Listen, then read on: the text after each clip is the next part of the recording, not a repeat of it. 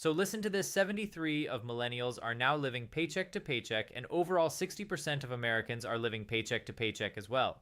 If you want to build wealth, you want to ensure that your daily habits are not setting you back. I've spent the majority of my life thinking about money. I've gotten a degree in finance, and I also work with clients as a financial advisor. I've learned that if you're able to avoid these common money mistakes, that you increase the odds to get what you want in life.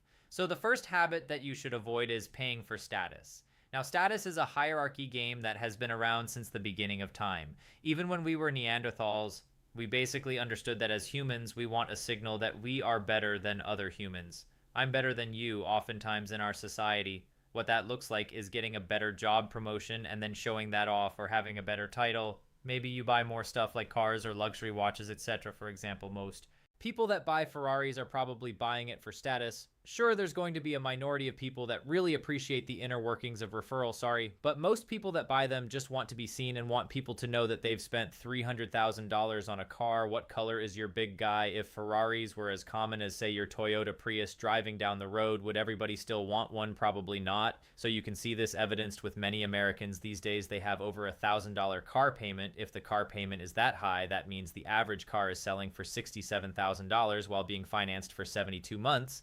That kind of shows to me that people are focusing on the wrong thing. They're probably focusing on, showing off to their friends with a really high car payment. Instead, they should really focus on becoming wealthy and not having a car loan that they can't afford just to impress people that they don't really care about. Now, the people that you should be caring about are your closest friends, but trying to keep up with your friends financially puts you on the fast track to becoming poor as we get older and our friends start to become more successful and they probably make more money. Their spending habits are going to change, and you're going to feel that pressure to try to keep up with them. I have a personal story about this. So a few years ago, my friend Christian, he became really successful in the commercial real estate business. And basically how he liked to spend his money was he was a huge foodie. So he would start to go to all these Michelin star restaurants. He would always be going to these 1 or 2 star Michelin restaurants. And basically he would just make recurring reservations at all these different places in San Francisco. So at first I would oblige and I would go with him. But then I started to realize, like, dude, I'm spending $100 every single time at the very minimum when I go out to eat with him. And I'll never forget it one time after we went to a Michelin star French restaurant. We were still hungry afterwards, so what did we do? We went and got Chipotle after the meal.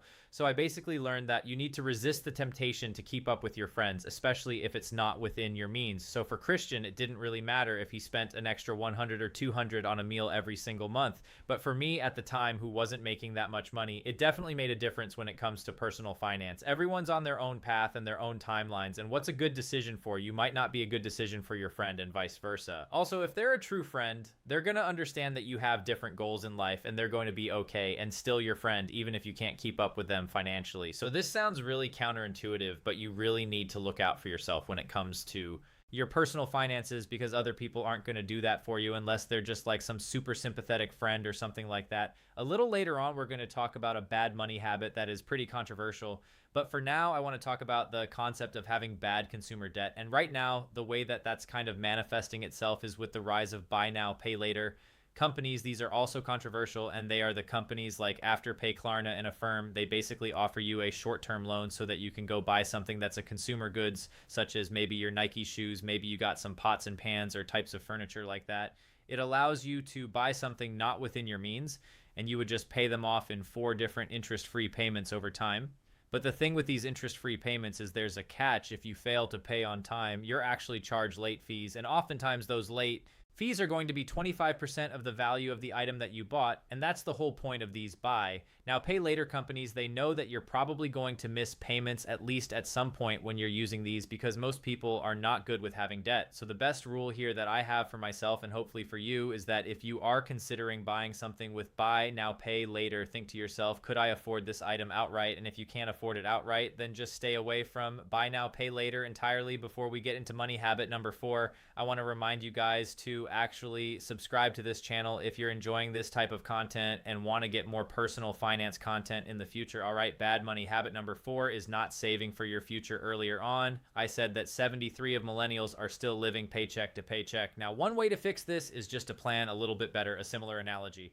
might be a bodybuilder, you know that they have to meal prep and plan out all their meals for the week to ensure that they're sticking to a good diet. Finance is quite the same. Saving money takes some pre-planning, but if you're able to do it, you're going to have a lot better time. So I have two steps that I like to take. The first step I like to do is to actually automate it. So what you can do is just go into your online banking, create a recurring transfer. So every time that you get paid, 5 to 10% of your paycheck goes into a new savings account. Automatically, step number 2, I know that this sounds really intuitive, but many people don't do it. You want to go and look at your credit card statement and see where you're spending money on your wants or your discretionary expenses. Oftentimes, people don't even realize how much money they're spending on their favorite things, such as eating out, perhaps exercise classes or $7 lattes. No matter what it is, if you can trim just even some of your discretionary expenses and start to save that difference instead, you're going to be a lot better off in the future with building your wealth. Now, an area of spending where it's easy to become impulsive with is if you're spending money on your loved ones or your friends. Oftentimes, our emotions get the better of us. In these cases, you might be waiting in the checkout line at Target or your grocery store,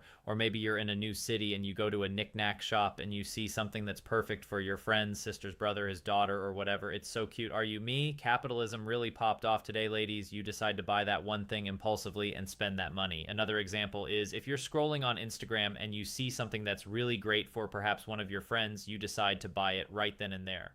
However, did you know that impulse purchases actually account for 40% of all the money that's spent on e-commerce, and that these e-commerce websites are literally designed to upsell you on products? So actually 64% of impulse shoppers actually purchase additional items with their intended purchase. So if you think about this, this is a compounded spending effect. You had the impulse to buy the original item, and then all of a sudden you got upsold at the time of checkout, which means that you basically made an impulse purchase on top of an impulse purchase, which definitely hurts.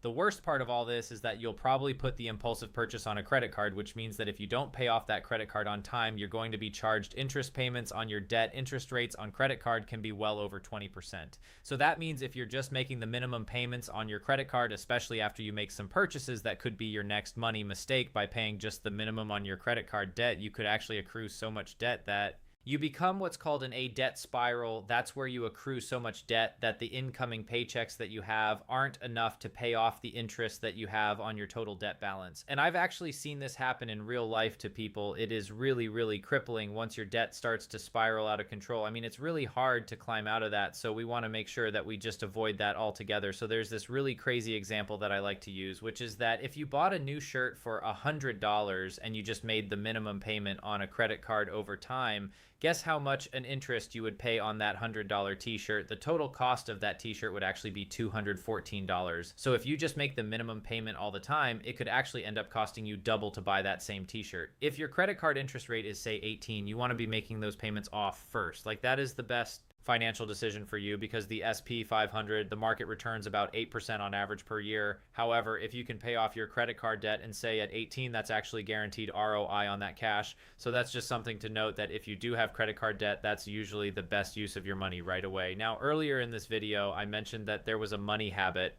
that was pretty controversial, and I want to share with you guys what that is. And it's actually being cheap. Frugality is a great way to increase the difference between what you make and what you spend. However, being cheap when it comes to certain items can actually cost you more money in the long run. I actually experienced this when I had a car maintenance issue last year. Basically, the check engine light came on, and what happened was there were some rats, or there were some mice that were eating the wires underneath my hood. This was causing a lot of damage near the engine, so I took it to the dealership to get a quote for it, and it was $2,500, which I thought was absolutely insane. What I ended up doing is I took it to a cheaper mechanic, which I thought I was getting a great deal. He said it would only cost $400 to repair that problem. I thought to myself, man, this is perfect. I just saved, I don't know what, $2,100 by going to a cheaper mechanic and not letting the dealership rip me off. Well, the joke was on me, because after about just 2 weeks, the check engine light came on again. I took the car to the dealership again, and the cheaper mechanic, basically, he just patched up the wires because he didn't want to take out all the parts required to make the full, like, actual proper fix by the end of it all. I just had to get it fixed at the dealership. And so basically, I wasted a bunch of time by going to a different mechanic and then getting it somewhat fixed. Had I just gone with the original service appointment, I would have probably been a lot better off. Oftentimes you're going to see this in life. You can go with a cheaper type of service or the cheaper product. So let's say you buy a really cheap t-shirt that's going to last you a certain amount of time, but you're probably better off just buying a really high quality item that's going to last you a longer time. And that way you're not spending so much money every single, let's say, 2 or 3 months buying new t-shirts for certain things that you know that you're going to need quality for. Don't be cheap, because it might actually cost you more money than intended. Now, speaking of things that might be costing you more money than you think, subscriptions are actually something that I want to talk about. We often forget about canceling unwanted subscriptions, and they can actually cost us a lot of money. In fact, 51 of Americans say that they have unwanted subscriptions, and oftentimes it's because of the free trial that you're offered. You sign up for a free trial, you forget about the recurring payment, and all of a sudden, bam, you have all these payments that are adding up. So this is true even for me. I was paying for Hulu, and I probably used it once a month at most, if that. And so what I like to do is every quarter or every half year, I like to look at my credit card statements and just do a quick assessment of, am I spending money on the right things? My personal standard is that if I don't use the subscription service more than once or twice a month, I just cancel it. You could be wasting hundreds of dollars every single year by not keeping track of your subscriptions. And so a really good way to mitigate this is just to track your expenses, which I think many people don't do now. You don't have to track your expenses to the exact cent or dollar. If you've watched some of my videos, you know that I've actually been tracking my expenses since 2014 to the cent. And I'm not saying that you have to be as extreme as that, but there are actually 3 benefits to tracking your expenses that I think we should talk about because they could really improve your financial life. Number 1, the mere practice of tracking my expenses actually gave me some insight into what categories I spent a little bit too much money on and that I could trim back. Number 2, I know that this might sound a little bit corny, but by tracking my expenses every single day, it was a consistent daily habit that kind of showed me that as long as I do something consistently, I can become more successful over time. It's this basis of consistency of doing a little bit every day that's helped me grow a lot of my businesses, as well as my TikTok channel and my YouTube channel that you're watching here. Number 3, it made me really good with money by knowing how much money I was spending and how much money that was coming in.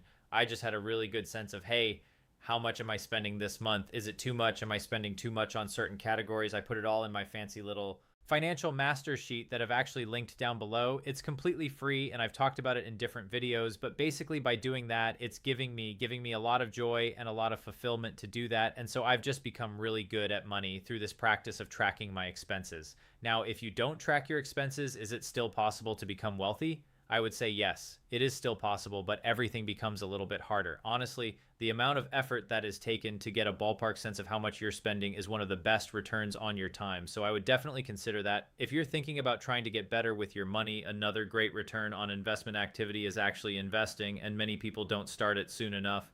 One of the first places that your money should go after your debts and your needs are paid off is to start investing in hopefully a retirement account like the 401k or the Roth IRA, or just simply a standard brokerage account. By saving a percentage of your income and investing it, you can start to compound your wealth a lot faster. Let's say you're the age of 25 when you start investing and you're able to put $5,000 a year into your retirement account, getting a 7% average return from the market. By the time you're 65 years old, you're going to have an ending balance of $1 million and some change. Now take a look at this contrasting situation. If you wait till the age of 35 to start investing and you start doing $5,000 a year and trying to compound that same amount, guess what? By the time you're 65, you're only going to have an ending balance of around $500,000, subtracting out 10 years of contributions of $5,000 a year. That actually means that the difference is over $450,000 because you didn't start earlier. So I urge you guys to look into investing as soon as you can. I have a lot of videos on how to start investing, especially if you're a beginner, that you can check out down below after this video. Now, the beauty of investing, let's say a Roth IRA or the 401k, are the tax advantages that come with it. And so this is actually a mistake that many people make, is that they fail to leverage the tax code. This will hurt you and prevent you from building more wealth. And so the richest people in the world, they spend a lot of time on mitigating their taxes and making sure that they're taking a lot of deductions that they're eligible for. The super rich will avoid paying taxes by setting up foundations, family offices.